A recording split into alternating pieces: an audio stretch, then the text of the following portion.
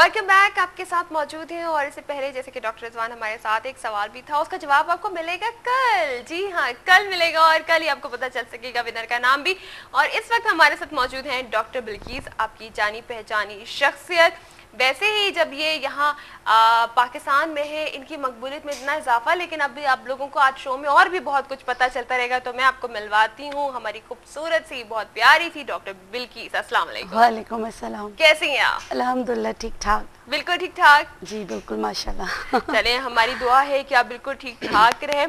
और एक तरह से देखें कि जो लोगों की, आप अगर किसी की हेल्प करो या किसी भी तरीके से मदद करो, ये इंसानी जो खिदमत होती है वो ठीक ठाक रखने में हमें बड़ा अहम रोल अदा भी कर रही होती है। इतनी सारी दुआएं लोगों की मिल रही होती हैं, अच्छे अच्छे जज्बात, फीलिंग्स भी मिल रहे होते हैं।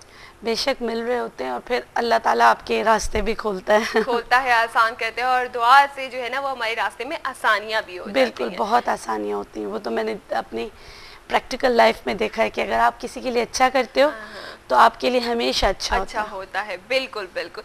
और डॉक्टर बिल्किस का शुमार उन लोगों में होता है कि जो दूसरों के लिए अच्छा कर रहे हैं, तो फिर वो बंदों से नहीं, अल्लाह ताला से डायरेक्ट उनका फिर एक कनेक्शन बन जाता है कि जी वहां से डायरेक्ट ठीक होगा। जो लोग बंदों से उम्मीदें लगा लेते हैं तो फिर वहाँ पे गलत होता है कि जी हमने इसके लिए अच्छा किया तो हमें अच्छा मिलेगा। लेकिन अल्लाह ताला कुछ लोगों को एक जरिया या वसीला बना देता है इंसान की शक्ल में कि आप इनकी मदद करो, मतलब वो अल्लाह ताला की तरफ से होते हैं और फिर अल्लाह ताला वो सिला दे रहा होता है। बेशक देखिए, बंदों से तो मतलब किसी तरीके से एक्सपेक्टेशंस तो रखनी नहीं चाहिए। एक मिसाल है कि जग बैरी हो जाए पर रब बैरी ना हो। मैं इस पे बड़ा मेरा बिलीव है कि आपका अगर कोई भी इंसान दुश्मन हो जाए, आपको जितना भी वो नुकसान पहुंचाना चाहे, लेकिन अगर अल्लाह का साथ आपको है तो फिर आपको कोई नुकसान नहीं पहुंचा सकता। इसलिए आप हमेशा अपने रब को राज़ी करें तो आपकी तमाम चीज़ें आसान होंगी, आसान हो जाएंगी। बिल्कुल। तो यही काम पहले, सबसे पहले करना ज़रूरी है, अपने रब को राज़ी करना। और रब हमारा जब राज़ी हो जाता है, जब हम अल्लाह ताला की ही मखलूक को राज़ी रखने की कोशिश भी करते, उनसे प्यार से, मोहब्बत से, उनकी मदद करके कहीं ना कहीं से अपने लिए वो रास्ते खोल लेते हैं जहाँ पे हमें लगता है कि शायद ज़िंदगी में हम कभी आगे नहीं बढ़ सकेंगे, हमारी ज़िंदगी में मुश्किलात होंगी। तो ये करके देखिए, इंशाल्लाह ज़िंदगी बहुत आसान होगी। और ये मतलब ये कीजिए, ये मतलब कि हम लोग बड़ी ऐसी बातें कर रहे हैं कि जी हम बड़ा अपने आप को बहुत अच्छा साबित करने की कोशिश कर रहे हैं, इस्लामी बातें साबित करने की बातें कर, ये जिंदगी की हकीकतें हैं, ये जिंदगी की हकीकतें हैं, कोई ऐसा कुछ नहीं है इसका। हाँ, हमारा मजहब हमें बहुत कुछ सिखाता है, लेकिन अमल शायद हम भी इतना वो नहीं करते हो। और मैं, आपको पता है ना, बहुत क्लियर कट बात करती हूँ मैं।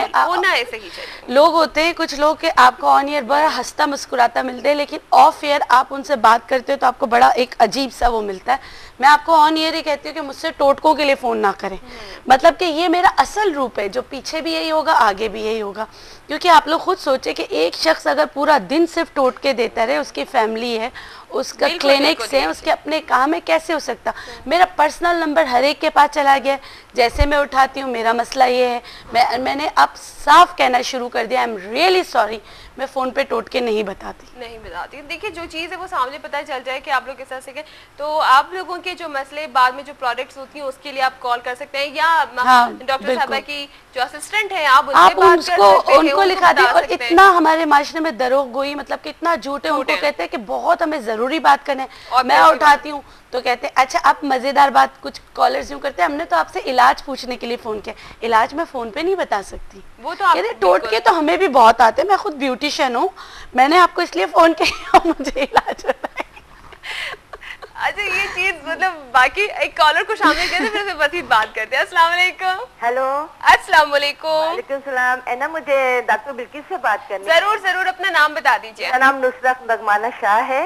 जी नुसरत, अब बात कीजिए। वो मैं डॉक्टर बिल्किस से चाहती हूँ कि मेरी बेटी है 18 साल की, तो उसके ना वो जब रोजा रखती है तो उसको पेशाब में बहुत ज्यादा जलन होती है, उसको पेन होती है गुर्दों में। बस रोजा अगर वो पानी ना पिए तो उसको होती है। वैसे अक्सर उसके जलन बहुत होती है पेशाब में, पानी जाती है तो भी वहाँ से तकलीफ में रोती है कि मुझे बहुत ज्यादा जलन। और आजकल रोजा रख रही है तो इतनी तकलीफ है उसको कि वो रोजा उसको छोड़ना पड़ गया, पेशाब में जलन बहुत ज्यादा। तो मैं चाहती हूँ कि ऐसा इलाज टोटका घर का बता दे ताकि वो बच्ची मेरी रोजे रखने के काबिल हो जाए। आपने कितनी उम्र बताई? 18 साल? 18 साल है, 18 साल है। ठीक है, चले हम अभी बता, टेलीफोन बंद करो फिर आप मुझे जवाब। बिल्कुल बिल्कुल बिल्कुल नुसरत जी, थैंक यू सो मच। अच्छा जी, खुदा हाफिज। अल्लाह हाफिज, अल्लाह हाफिज, अपना ख्याल रखिएगा। और ये जो मसला है इनको या किसी को भी रोजे रखने से यूरिन में बर्निंग होती है तो एक बात याद रखें, सुबह निहार मुँह कहवा बनाए, काली चाय आधा कप, उसमें अपने 1 गिलास मटके का पानी डालना है, वो सुबह निहार मुँह लेना है। अच्छा, खीरे के बीज, खरबूजे के बीज 1-1 चम्मच लेके उसको घोट लें आप। घोटने के बाद इसमें चीनी मिलाएं, इसका शरबत बना के आपने पीना है जब आप अफ्तारी करें। ठीक है, देखेंगे इंशाल्लाह इससे फ़र्क पड़ेगा। और जो आपका रोज़े के बाद का टाइम है, रोज़े के अफ्तारी से सुबह सहरी तक, आपकी बेटी को चाहिए कोशिश करे कि वो इस तरह 1.5 लीटर पानी पिए। फिर इंशाल्लाह ये 2 टिप्स मैंने बताई, उससे नहीं होगा। और गोंद कतीरा और तुख मलंगा का भी मैंने बताया था, जिनको एसिडिटी होती है, प्यास लगती है, साथ साथ ये आपके यूरिन बर्निंग है उसमें भी काम करेगा। जब वो रोज़ा खोल लेती है तो एटलीस्ट 1 गिलास वाटर उसको लेना ज़रूरी लाजमी है, वो याद रखें। सुबह नमकियात की कोई चीज़ें नहीं खाए, सुबह नमक वाली कोई चीज़ें वो ना खाए, तो इंशाल्लाह अल्लाह ने चाहा तो रोज़े रखने के काबिल हो जाएगी इंशाल्लाह। ठीक है। अच्छा, ये जो आपने बताया खीरे के बीज और खरबूजे के बीज, ये इजीली मतलब किसी भी हर्बल शॉप वगैरह पे देखिए, आप किसी ईमानदार हर्बल शॉप पे चले जाएं तो आपको मिल जाएगा। होता ये कि खरबूजा खीरे के बीज अलग अलग हो तो आप चारों मगज़ और खीरा का बीज भी अलग होता है। तो आप देख के लें, अल्लाह करे कि आप किसी ऐसे शख्स के पास जाएं जो दे दें, क्योंकि मेरा बहुत बैड एक्सपीरियंस है, पंसारी बहुत गलत चीज़ें देते हैं, ये मैं काफ़ी दफ़ा कहती भी हूँ। ठीक है, बस अब देखिए सबका अपना ईमान है, हम क्या कह सकते हैं। वो कोई भी है ना, कोई भी मगज़ दे देते जो सस्ता वाला होता है, हालांकि खीरे का बीज भी मतलब इतना कोई एक्सपेंसिव नहीं है। ओके, तो इस तरह से आप कर सकते हो। और बल्कि सिर्फ ये आपकी बेटी का मसला नहीं है, बहुत सारे लोग इस तरह की और भी टेंशन में आ जाते हैं कि जी अब क्या किया जाए, पानी भी सारा दिन हम इतना नहीं ले सकते, सहरी में कितना पानी पिए, और बाद में फिर आपको बार बार यूरिन पास होने के बाद फिर और ज़्यादा बर्निंग के साथ साथ सारा रोज़ा ऐसा गुजरे। तो ये मसला आप सबका सॉल्व हो सकता है अगर आपको सही असल चीज़ें मिल जाए। एक और कॉलर हमारे साथ है। अस्सलाम वालेकुम, लाइन ड्रॉप हो चुकी है। अच्छा जी, एक SMS हमारे पास मौजूद है शुमाइला का, और उन्होंने सखर से हमें SMS के अस्सलाम वालेकुम। वालेकुम अस्सलाम। शुमाइला ने कहा आप लोग कैसे हैं? हम लोग बिल्कुल ठीक ठाक हैं, आपके सामने। थैंक यू सो मच कि आपने हाल हवाल पूछा, आप अपना भी ख्याल रखें। पूरा खत पढ़ लिया। अच्छा जी, इनका मसला ये है कि मेरे बहुत ज़्यादा ओपन पोर्स हैं, डॉक्टर बिल्कीस से पूछ कर बता दीजिएगा, और मेरे जो पाँव के फिंगर्स हैं वो ब्लैक हो जाती हैं, जॉइंट्स आई थिंक ये जो नकल्स हैं वो ब्लैक हो जाते हैं। तो आपको बताते हैं, कॉलर भी है। अस्सलाम वालेकुम। वालेकुम अस्सलाम, क्या हाल है ना? बिल्कुल ठीक ठाक, अपना नाम बताइए। आज फिर नाम बताऊंगी अपना? आज भी मिसेज नहीं बात करी हैं? नहीं, बिल्कुल भी नहीं। बड़े कसौटी वाला शाजिया बोल रही हूँ मैं। शाजिया बात करी हैं हरीपुर से। कैसी हैं आप? बिल्कुल ठीक ठाक, अल्लाह का शुक्र। आप सुनाएं कैसी हैं? बिल्कुल ठीक ठाक, अल्लाह का शुक्र। आपकी तबीयत ठीक है?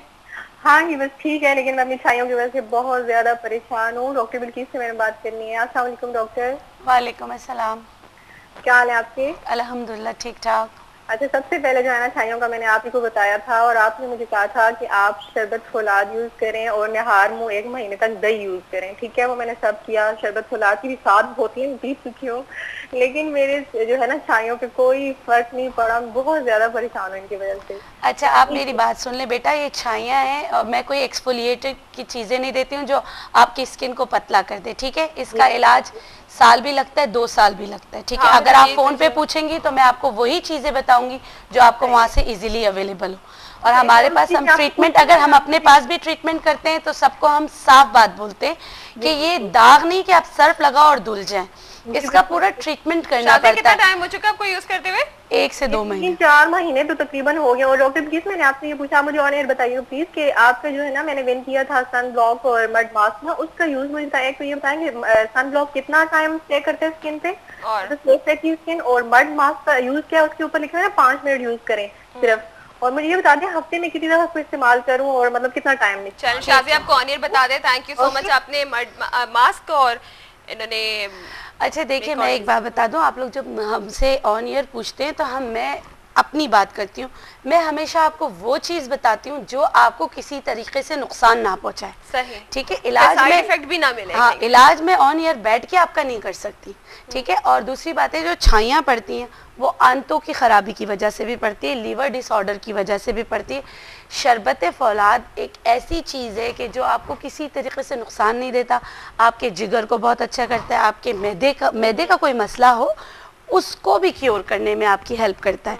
अब मुझे ये नहीं पता कि आपकी छाइयाँ क्यों पड़ी, धूप में जाने से पड़ी, बिफोर प्रेगनेंसी, आफ्टर प्रेगनेंसी। इन्होंने पहले बताया भी था, एक प्रोग्राम में जिक्र कर चुकी थी कि कैंसर पेशेंट भी रहे हैं। तो देखिए ना, कीमो आपने लिया है तो उसके साइड इफेक्ट्स भी होते हैं, अगर आप वही हैं तो उसके साइड इफेक्ट्स भी होते हैं। तो बहुत सारे ऐसी जड़ी बूटियां हैं जो मैं आपको तो बता सकती हूँ लेकिन ऑन ईयर सबको नहीं बता सकती।